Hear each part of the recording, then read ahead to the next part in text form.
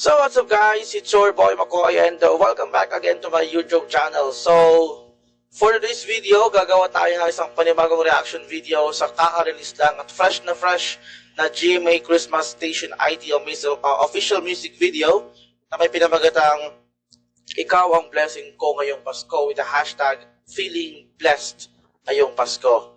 So marami tayong aabangan kung sino-sino yung mga artista na kasama sa music video for today's year. At the same time, titignan natin or aabangan natin kung may mga mangyayari pang crossover from other network. At the same time, kung ano yung tema ng kanilang Christmas Station ID for this year. Kung sino-sino mga artista na, alam mo yun, yung nag-comply at the same time, yung kasama sa music video ngayong taon. So sino ba sila at the same time kung gaano ba kaganda.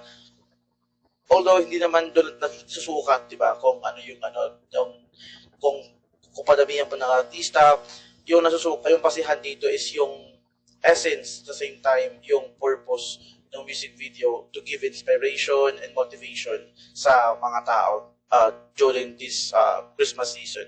So, kung bago ka pala sa aking YouTube channel, huwag mo kalimutan mag-subscribe, i-hit ang notification bell button at the same time para maging updated ka sa aking mga upcoming videos. And huwag mo rin kalimutan mag-iwan ng isang malaking thumbs up or like kung nagustuhan mong video na to. At kung meron ka mo mga upcoming videos na pwede kong pag-reactan, don't forget to put a comment on the comment section below. So, without further ado, let's go ahead and watch this. Tara guys.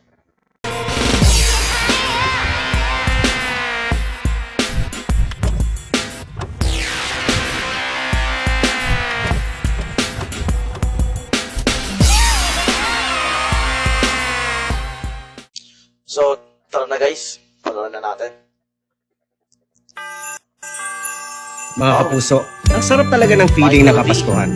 Kasi feel talaga natin kung gaano tayo ka-bless. Bawat isa sa atin may kakayahang magpasaya ng iba sa maliit man o sa malaking paraan. Pwede nating i-share ang ating love. Ito ang mga kwento ng mga kapuso nating naging blessing sa iba dahil sa love, hope at joy na kanilang ibinigay. Blessed na blessed talaga ang delivery rider at proud tatay na si Elmer Malianao dahil nakagraduate bilang cum laude ang kanyang anak. Kaya naman, idinikit niya sa kanyang bike ang graduation photo ng kanyang anak with matching pakwintas pa. Kaya naman Kuya Elmer, saludo kami sa'yo. Ashley Ortega. Wow. May pa-sponsor na rin ha. Kainis. Copy Constitution. And Carla Abidala. Storyline. Andy Beauty.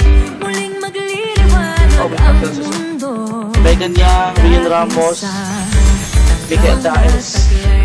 Talaga namang nakakabilib ang kabutihan ni RM Capillas dahil iniwan niya ang kanyang BPO career para alagaan full-time ang kanyang ama-amahang na stroke. Kaya naman talagang feeling blessed si Tatay Abelino dahil sa pagmamahal ni RM. Wait lang. Oh, sangre.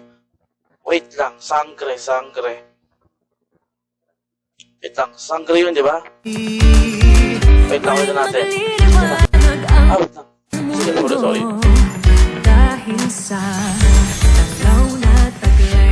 Talaga namang nakakabilib ang kabutihan ni RM Capillas dahil iniwan niya ang kanyang BPO career para alagaan full-time ang kanyang ama-amahang na stroke. Kaya naman talagang feeling blessed si Tatay Abelino dahil sa... Okay. Ito na tayo. Ang cast ng sangre. Okay. Si Kelvin, si Faith Silva, and si Angel Guardian. So, yun nga, kaka-release lang ng cast or kaka-reveal lang ng cast ng sangre, and sobrang ang ganda ng pagpili sa mga cast ngayong taon. So, hindi siya remake nung dating Encantadia, parang sequel siya or karugtong kasi nga may panibago silang kalaban. So, sobrang good choice sa mga napili, and at the same time first time na magkaroon ng lalaking sangre, di ba? Pero nawawala si Bianca Umali. Nasaan si Bianca? Let's continue. Yun na talaga yung reason pa kung ba't ko pinos. Sorry. Let's continue watching. Pagmamahal ni RM. Eden. Wow, may mga sponsors sila. Okay. Ito pala si Yang Omali. Ang cute. Oh, Abdul Rahman, Shane Sava. Mga sparkle, oh. Feeling blessed ka kapag nakasakay ka sa jeepney ni Tatay Michael Kimwell. Dahil kapag nalaman niyang kulang ang pamasahe mo, ililibre niya na ang sakay mo. Ang tangi niyang hinihiling, simpleng thank you lang. Thank you rin, Tatay Michael. Anthony Rosado. Oh, Connie Reyes. Kailin. Sino siya? Michael Sager. Pete Valdez. Nakalimutan ko yung title ng ano. What's that? Oh, James Collins. Rafael. Obiang Manalo. Jerry Gonzalez. Paul Severino. Feeling Sorry guys. Ano kayang ginagawa nila? Siguro may binubuo silang concept sa mga sinasabit. Parang bubuo sila ng kwento.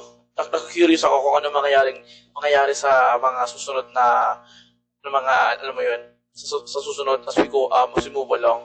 So, nasa 2 minutes pa lang tayo, pero marami ng mga artista. Kaso sobrang bilis ng facing, no? Hindi gaano na-focus sa artista ng medyo matagal. Kaya hindi natin ma-recognize yung bawat isa. Pero anyway, nakaka-goosebumps. Kasi, hindi ito yung message ng kanta, Feeling Blessed. Kasi, kapag nakakatulong ka sa ibang tao, so syempre, feeling blessed, parang buo na yung araw mo, nakabigay ka ng tulong, maliit pa o malaki. Diba? So parang sobrang fulfilling yung makatulong ka sa ibang tao. So, let's continue watching. Blessed din ang mga customers ng pharmacist na si Archie Larga. Kasi naman to si Archie, sa sobrang kabaitan, namimigay siya ng libreng gamot. Ginagawa niya daw ito to give back dahil blessed din ang kanyang buhay. When Nanay Bernadetta Zamora faced a life-threatening situation, Blessed na blessed siya dahil dumating ang kanyang mga guardian angel na nursing students na sina Angel Faith Ababat at Christian Joyce Noel Ona. Dahil sa kanilang mabilis na first aid, na-save nila ang buhay ni Nanay Bernadetta. Galing. Isabel Ortega.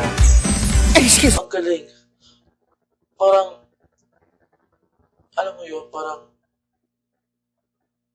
hindi ka panipaniwala, di ba? Na on the spot or parang binigay sa ni Lord, ni Lord yung talento mo. Kasi hindi mo naman masasabi yung panahon, di ba, na kung kailan talaga kailangan. Although, ando naman yung calling mo bilang nurse or bilang isang health, parang frontliner. Tapos, parang sobrang fulfilled talaga nun nakalitas ka na isang buhay. Diba? Sobrang goosebumps yun. Goosebumps na ako. Wala pa akalahati na tayo. So, si Melchanko na. Oo, si Mike. Naku, mga kapuso, alam niyo ba na si Mike Enriquez, hindi lang yang magaling sa pagbabalita, napaka matulungin at napaka mapagbigay rin ng kaibigang kong yan. Pero secret niya lang yun. Kaya ngayong nasa heaven na siya, pwede na namin i-share sa lahat na isa siya sa mga pinakamalalaking donor sa National Shrine of Our Lady of the Abandoned sa Santa Ana. Feeling blessed talaga kami na makilala at makasama ang isang Mike Enriquez. Tama. Wait ko lang. Pause ko lang, guys. Share ko na din sa inyo nung meron akong sinalihan na isang grupo. At the same time, nangaro rin kami. Madaling araw yun sa programa ni Mike Enriquez sa DCWP. Nangaro rin kami sa kanya and I'm so proud na ako yung nag-compose ng kanta. And naka-live kami sa sa programa niya habang kinakanta namin yung caroling, yung kanta na kinakanta, yung caroling. Para nangangaroling kami sa kanya. Tapos nagbigay siya ng 5K. Ang sobrang generous. So sobrang tuwang-tuwa namin yun. Siguro mga 8 years ago pa yun nung ginawa namin yun. Pero hindi ko yung makakalimutan kasi first time namin kumanta sa harap ng isang pillar sa isang news field, parang gano'n, di ba? Parang tinitingala siya ng mga reporter, kahit na Arnold Clavio, na Mike, na Mel Janko, tinitingala siya kasi sobrang galing nga niya talaga eh. So anyway, let's move forward. Sir, Sana kayo rin feeling blessed. I-share din natin ang blessing Isos natin para sa lahat.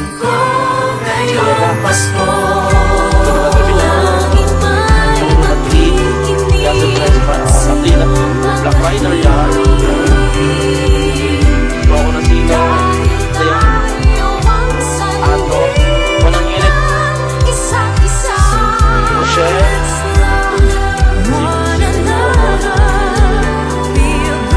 Pag Revilla. Ayan na. Alita Bonte. Shaira. Piyay kong Nicolita. Mga sinang ORD. Sian Lim. David Licao o Canela Staff Garcia. Sanya Lopez. Again. Wow! Sabi na eh. May purpose yung pagsabi-sabi. Ang ganda.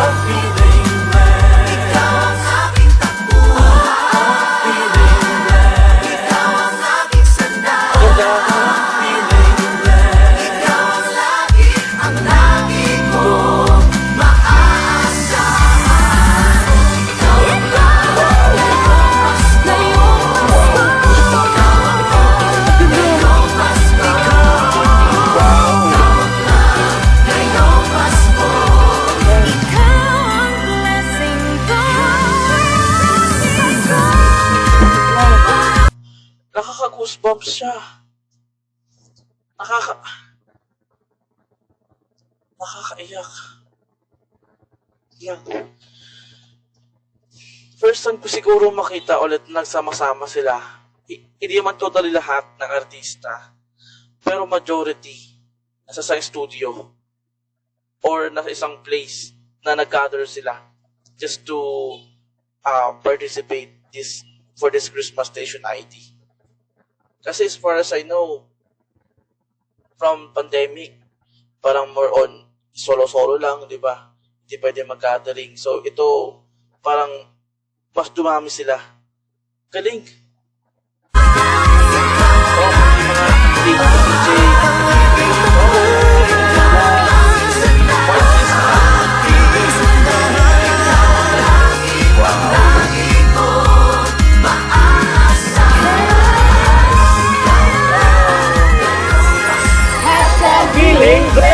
Merry Christmas mga kapuso! Hashtag feeling blessed! Merry Christmas mga kapuso! Hashtag feeling blessed! Merry Christmas mga kapuso!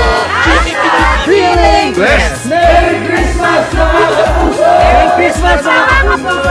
Hashtag feeling blessed! Merry Christmas mga kapuso! Merry Christmas mga kapuso! Merry Christmas mga kapuso! Hashtag feeling blessed! Merry Christmas mga kapuso! Merry Christmas mga kapuso! Merry Christmas mga kapuso. Hashtag feeling blessed mo na yan. Merry Christmas mga kapuso! Hashtag feeling blessed ngayong Pasko. Lahat tayo ay blessed ngayong Pasko. Kaya let's continue loving one another.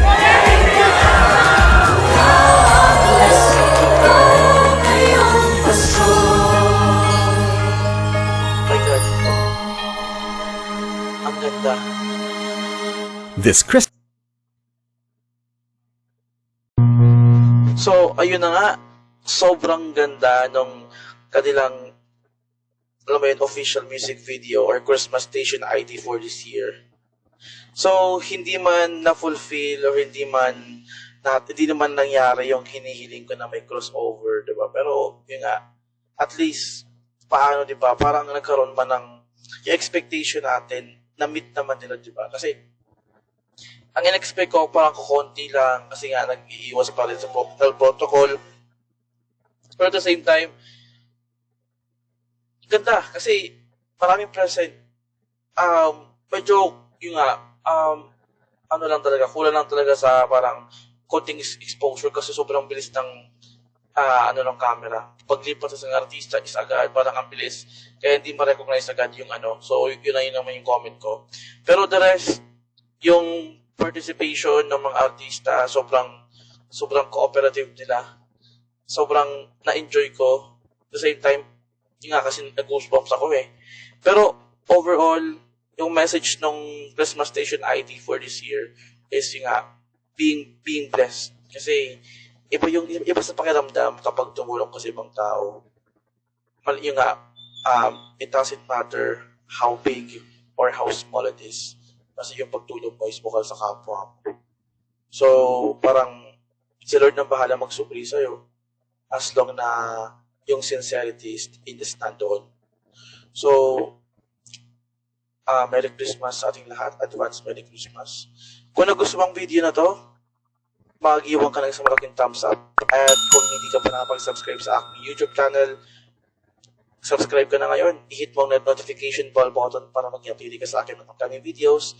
And once again, this is your boy Makoy. Thank you for watching.